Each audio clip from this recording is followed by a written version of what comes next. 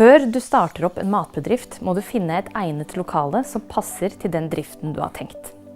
Det er derfor viktig at du vet hvor omfattende mathåndteringen skal være. Du må tenke på hvor mye plass du trenger for å lagre maten, både på kjøl, frys og tørrvarelager.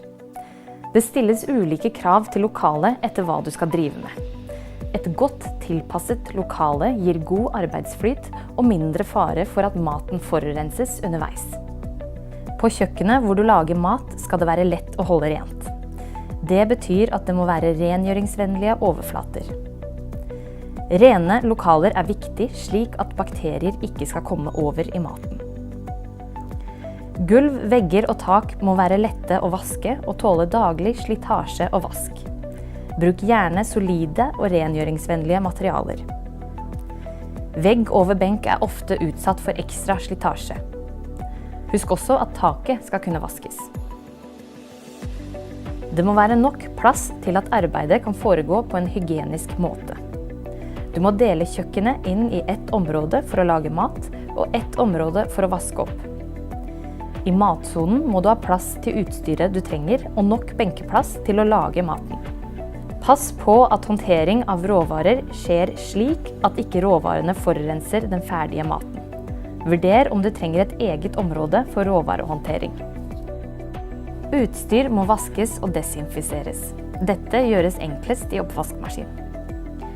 Det er viktig at du har gode oppvaskrutiner som gir rent utstyr og servise.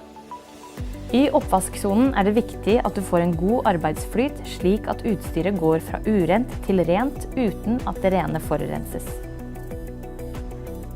For å hindre at bakterier og urenheter kommer over i maten, må du ha en håndvask på kjøkkenet.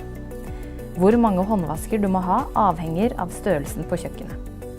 Det er naturlig å ha en håndvask som dekker området der du håndterer mat og der du vasker opp. Håndvasken skal ha såpe og papir. For å hindre at rene hender forurenses etter håndvask, kan det være nødvendig med et blandebatteri som ikke må stenges med hendene. Hvis du skal skylle salat og grønnsaker, er det ofte behov for en matkum. Et alternativ kan være å kjøpe ferdigvaskede grønnsaker eller salat. Mindre mengder grønnsaker, slik som tomater og paprika, kan skylles i dørslag.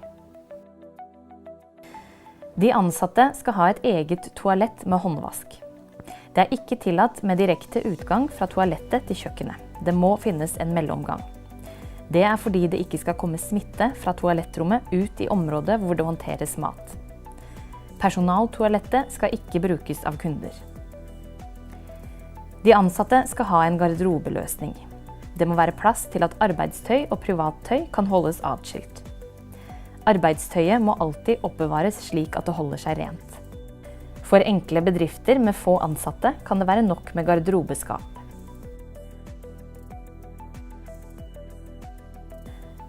Skadedyr som rotter, mus, fugler og insekter er avhengig av tilgang på mat.